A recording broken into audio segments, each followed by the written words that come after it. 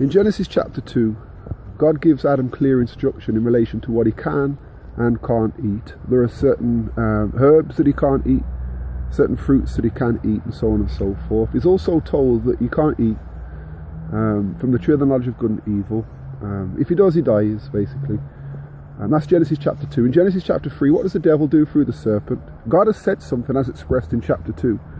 And then straight away in chapter 3, the devil comes along and says, yea, has God said. So what's he trying to do?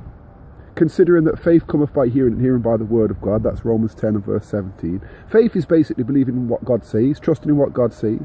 And that trust is based upon a love that we have for him. And that love that we have for him is based upon the fact that we recognise that he loves us. In the fact that while we yet sinners, he sent his son to die for us. So God says something in Genesis chapter 2.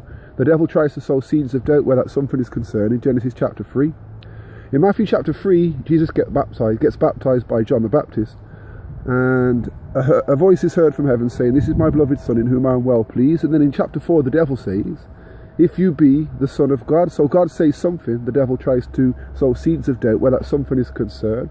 If faith is living by the word of God, what's the devil going to try and do? Because without faith it's impossible to please God, according to Hebrews 11 and verse 6. And faith cometh by hearing, and hearing by the word of God. So what's the devil want to do? The devil wants to create doubt in the minds of all people where the word of God is concerned, especially where the commandments are concerned. Jesus says, if you love me, keep my commandments. And 1 John chapter 5 and verse 3 says, this is the love of God, that we keep his commandments, and his commandments are not grievous. We don't keep the commandments because we want to be saved. We don't keep the commandments because commandment keeping saves us. We keep the commandments because we love God. But the devil wants to bring doubt and fear where the commandments are concerned, and he's been very, very successful in doing so. So consider what I'm saying.